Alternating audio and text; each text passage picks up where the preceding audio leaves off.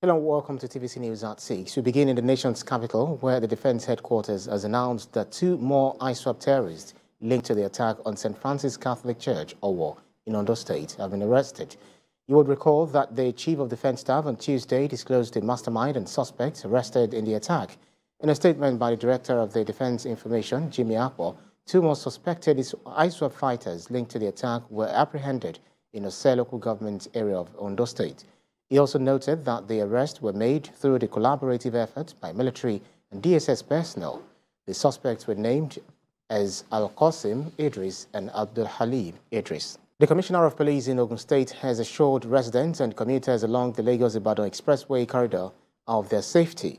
This comes in the aftermath of reports of recent attacks on the Long Bridge section of the road. TVC News correspondent Theophilus Ilama reports. Footages from the scene of the reported theft shows residents in panic mode as everyone is unsure of what's coming next. This happened on Wednesday, but on Tuesday a report went viral of several people kidnapped on the same corridor in the early hours of the day. This, the Ogun State Commissioner of Police says, is untrue. By this time around of the day, look at everybody. I'm also here. The ongoing construction on the Long Bridge is at the heart of the crisis, as the 4-lane road has been reduced to 2, leading to a gridlock. The recent incidents have created fear in the residents who want a better security architecture in the area. In response to the situation, Ogun State Commissioner of Police decided to visit the area to inspect things for himself. And I must say I'm satisfied with what I have on ground now. We have both men on vehicle and motorcycle patrols, as well as men on surveillance patrol. Like I pointed out, what we have here actually is a result of the road construction work that is going on, which actually has resulted in a build-up of traffic. Be that as it may be, we have a duty to ensure that commuters here have a sense of security, and that's why we have deployed more assets and personnel on this corridor to ensure the safety of commuters. Already men of the force have been deployed to the scene at strategic areas to forestall a reoccurrence. The Commissioner of Police says residents and commuters have nothing to fear any longer. We actually are going to embark on what we call high visibility policing. Commuters will feel the presence of not just policemen, other security agencies too, who are partnering with us in this project to ensure that they have this sense of security. Recall that the federal government had given the construction firm a period of time to complete the work on this road. Many believe that a substantial intervention in the security architecture of this expressway will be meaningful in ensuring that the activities of hoodlums is greatly reduced. Theophilus Ilama, TVC News, Lagos. Former President Olusegun Obasanjo has thrown his weight behind diaspora voting in Nigeria. The former president stressed that he sees no reason why the National Assembly cannot amend the relevant laws to make it possible for Nigerians in diaspora to vote. The former president was speaking when he was visited by the chairman of Nigerians in Diaspora Commission, Abike Dabiri Erewa, and some staff of the commission in Abeokuta. Mrs. Dabiri Erewa intimated President Obasanjo, former President Obasanjo, of some of the achievements of NIDCOM since its establishment. I want to thank you. You started the idea of having Nigerians in the diaspora all come together and form an organization called the Nigerian Diaspora Organization. And the idea was to be able to tap all these enormous resources, human talent that we have in the diaspora. And this was built on subsequently, and today we have a Diaspora Commission. And I'm also glad to let you know, sir, that some African countries are already visiting us to see how we're harnessing our own diaspora. We've had Tanzania, Namibia, Ethiopia, and a few others. And the Organization of African Caribbean Pacific, we're actually in Abuja to also see how they can start working with the diaspora. Get yourself organized and whatever you can contribute internally. We shouldn't allow a few Nigerians to give all Nigerians a bad name. I remember when apartheid was removed in South Africa, the president called me and said, look, we want Nigerians, university lecturers and professors to come to South Africa. And many of them were. All that we needed to do, if it's there's need for constitutional arrangement, simple thing. Let's change, amend the constitution that Nigerians in diaspora will vote through the Nigerian embassy. Now, the presidential ambition of the former Lagos State Governor, Bola Ahmed Tinubu, is gaining more grounds and support from almost all tribes and races in Nigeria. The latest support for Bola Tinubu's presidency is coming from the Conference of 57 Chairmen in IGBO in the ruling All Progressives Congress in Lagos State. The group, in a media chat, says it's working to ensure adequate mobilization and maximum votes return for Asiwaju Bola Tinubu and the APC as a party in the 2023 general elections. The Conference of 57 Chairmen call on members, especially those at the grassroots, not to be distracted or discouraged by happenings in the political space. What should be in the mind of any faithful party man is how to ensure adequate mobilization and maximizing of Igbo return from our Igbo brothers. Of the 57 chairmen in Igbo in APC and its respective local government executive council rise to pass an equivocal vote of confidence on our apex leader, Engineer Joe Igbokwe, and the state coordinatorship of Eze Uche Dimba Ezobotemba. We thereby state unequivocally that our unwavering loyalty and support is 200% for the victory of our party in this forthcoming election. It should not be taken for granted. We hold the pace, and we know where it's going to swing to. By the grace of God, we will call you people here next time to celebrate the victory of our party. We are the grassroots of Ndibo in APC, and we have a leadership.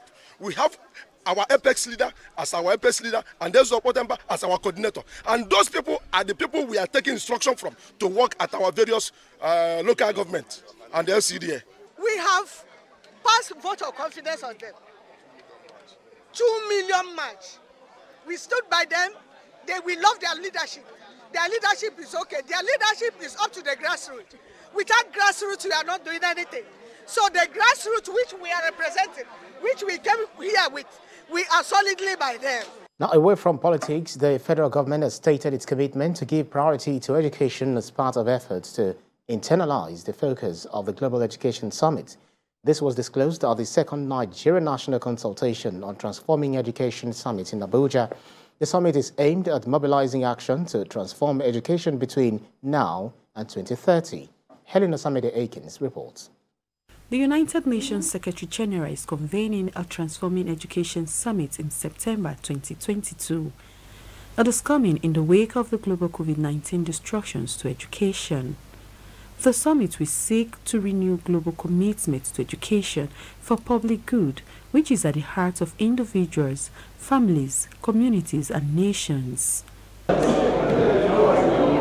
The government of Nigeria, with support of UNICEF and UNESCO, is organizing this second national consultation as a build-up to Nigerians' effective participation in next month's summit in New York.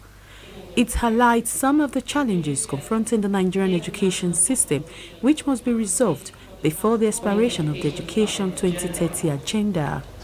Nigeria must mobilize and significantly increase the share of domestic resources allocated to education and ensure that funds are used efficiently and effectively to support the disadvantaged children, to develop and maintain school infrastructures, and to support the quality of teaching and learning for better learning outcomes.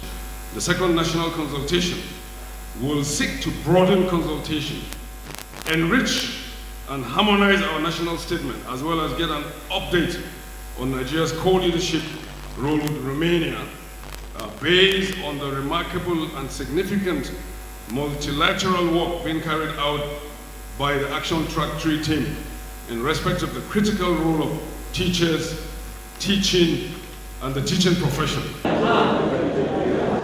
The the second national consultation meeting, we identify main strategic transformations and levers for reimagining education for the 21st century and accelerate progress towards shared education goals. Helen Osamede-Kings, TVC News, Abuja. Thanks for staying with us here on TVC News at 6. The federal government says about $400 million is required to fully complete Nigeria's Cultural Center and Millennium Tower project. The Minister of Information and Culture, with the Minister of the FCT, disclosed this after taking a tour around the project alongside journalists to assess the level of work done so far. TVC News correspondent Tijisu Adoye reports. It has been 17 years since the Nigerian Cultural Center and Millennium Tower project was initiated, but it is still far from completion. The project was intended to serve as a landmark edifice for Nigeria as well as a federal capital city for cultural exposure, tourism, socialization, recreation, hospitality, and commercial activities. The Millennium Tower, which symbolizes the unity and strength of the Nigerian state, is a 170-meter structure located right in the heart of Abuja. It stands on 3 concrete cylinders that carry a revolving panoramic restaurant and a viewing platform that is 110 meters above the ground. After so many years of being abandoned, the federal government believes it is now time to revive the project to boost Nigeria's tourism sector, but it is still faced by funding constraints. We don't have enough resources now to be able to complete this project. That's how it is. You complete what you can within available funds. And one of the reasons why we are here today with my elder, the Honorable Minister of Information and Culture, is to discuss how we could identify other sources of funding apart from normal budgetary allocation. All we need is just a mere $400 million to complete this. My appeal is to the private sector, is to philanthropists, is to lovers of art to please, join hands with the federal government to make this a reality. The federal government hopes to complete the multipurpose edifice through public-private partnership, as it will add the nation's capital city to the list of international tourist destinations and boost revenue generation. The CCMT project, when completed, will comprise of 4 museums, a 5-star hotel, the Millennium Tower, a national square, a connecting commercial tunnel, and many other attractions. Tijesu Adeoye, TVC News, Abuja. And civil society organizations have challenged Nigerian youths to take their future in their hands by exploring different skills in the tech industry. They believe it will help reduce the rate of unemployment and curb crime among youth. Miriam Mohammed reports. The technology sector post-pandemic contributed 15% to the nation's GDP, second only to agriculture. A report by the National Bureau of Statistics shows that the sector grew by 15% between 2016 and 2018. This growth has positioned Nigeria as the largest tech market on the African continent, with 90 tech hubs growing and a vibrant customer base. An estimate by the National Bureau of Statistics shows that the sector will add $88 billion to the economy by 2027. Yet, the growth has not translated into jobs for growing youth population. It is why this group have decided to set up tech community to train young people with skills in technology in order to create jobs for them. So as the CEO, at this event, leaders of the group urged youths to put more effort, knowledge and skills into good use for the society. He also wants them to hunt for jobs in the tech sector. Have a huge opportunity instead of giving into vices and the negative sides of tech. We're saying that you can improve yourself here. You can become wealthy, you can become successful, and you can become these things doing it the right way. Participants on their part aims to use what they've learned from the tech program to create apps and websites that will be beneficial for the citizens. Tech is not a make money scheme, so a lot of persons get into tech with the impression that in the next 6 months I'm going to make dollars and all of that. It realistically is not that way. Anybody who goes through this process doesn't have to go through a long period of learning how to code and everything, but is able to create websites and apps. And to create a law library, a virtual law library. And that on its own will solve a lot of problems in my line of work. Young adults are encouraged to key into Techpreneur initiative as it will help develop the society in the nearest future. Maria Mohammed, TVC News, Abuja. The Nigerian Medical Association says terrorism, banditry and other disaster are some of the major factors threatening health, security and the nation's economy. The association says all hands must be on deck to ensure healthcare service is within the reach of every citizen. Chairman, Zamfara State Chapter, MannirBature, stated these are the opening ceremony of this year's annual general meeting and scientific conference of the association in Gusau. He noted that the COVID-19 pandemic, other health emergencies and weak healthcare systems have negatively affected the health sector and forced many Nigerian health workers to leave to other countries. With our weak health system, in addition to all this crisis, I can say we have a very long way to go. And we can only make progress if we actually have a political will, to do the right thing. And I think that is why at our own level we feel that let us do our own part as professionals. Let us come up with a blueprint actually that we can sell to politicians so that we can actually give them our own contribution for the betterment of the society. Health matters. The KATSINA state government says it's determined to scale up its health insurance scheme to accommodate more lower-income earners across the state. Governor Aminu Masari stated this at an event to mark the first anniversary of the state's contributory health scheme and its achievement as the best contributory scheme in the nation. Abdulatif Yusuf reports. Gradually, most states in Nigeria have keyed into providing universal health care for all through the introduction of state contributory health scheme and awareness creation to that effect. To this end, lots of investments have been made by states to remold health facilities and requisite policies to stimulate health care delivery to the grassroots. You may wish to recall that access to healthcare services commenced on the 1st of July 2021 with a total of 94,465 beneficiaries in 128 accredited healthcare facilities. It is worthy to note that a total of 274,397 beneficiaries accessed healthcare services at primary and secondary levels of care within the last 12 months.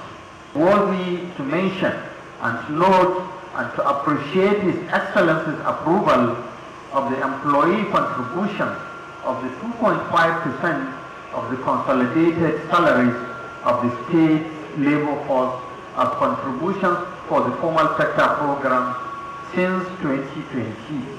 The recent presidential directives on enrolling over 83 million Nigerians into the contributory healthcare scheme at various levels is another significant milestone states are seeking to tap into. Already, the formal sector in Katsina State has been able to register up to 90% of its workforce under the scheme. Access to affordable healthcare services continue to be a serious challenge to most households due to high cost of medication and economic hardships.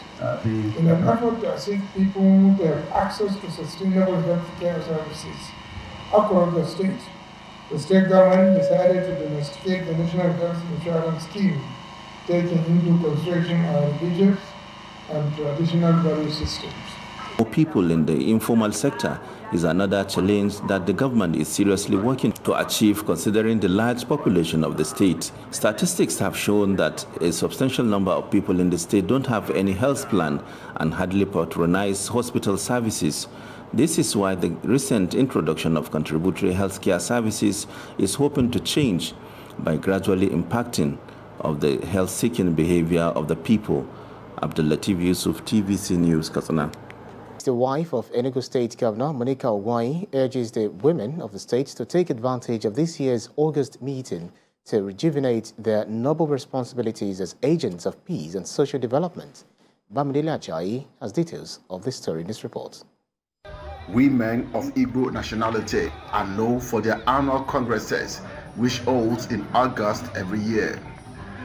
It is a homecoming event whereby Igbo women in the diaspora and those in the city travel back to their matrimonial towns to meet in order to discuss matters about community development, conflict management, and human development. Flag off of this year's August meeting in Enugu featured different women groups who spoke on the essence of the event with display of their rich community farm produce. It's a yearly event for the women, and that is because women are the home builders. And that is because it is said that when you train a girl child, you have trained the nation. I learned from her that when your husband needs anything he needs, you must do it. According to the Bible, said that you must be submissive to your husband. I'll always tell them to go to the farm. We went to farm because it's from farm we are bringing all those things. The event featured lecture series on the role of women to build a family that will have positive impact on the community and society at large. Make it a point of duty to connect with your son at his own level. Wife of the Lagos State Governor taught the women on how to employ God's wisdom, commitment, and steering a joyful mood into their homes. Mrs. Ogwai advised them to be financially responsible, even as the country faces harsh economic reality. August meeting in Igbo land represents the social, economic, and cultural development initiative of women. Building a home needs wisdom, commitment, and exemplary life to your children and people around you. The governor's wife urged the women to shun jealousy, bitterness, and avoid quarrels between co-wives by practicing forgiveness. Share gifts to less privileged ones and let people in the rural areas feel their presence. Bamidele Ajayi, TVC News, Enugu.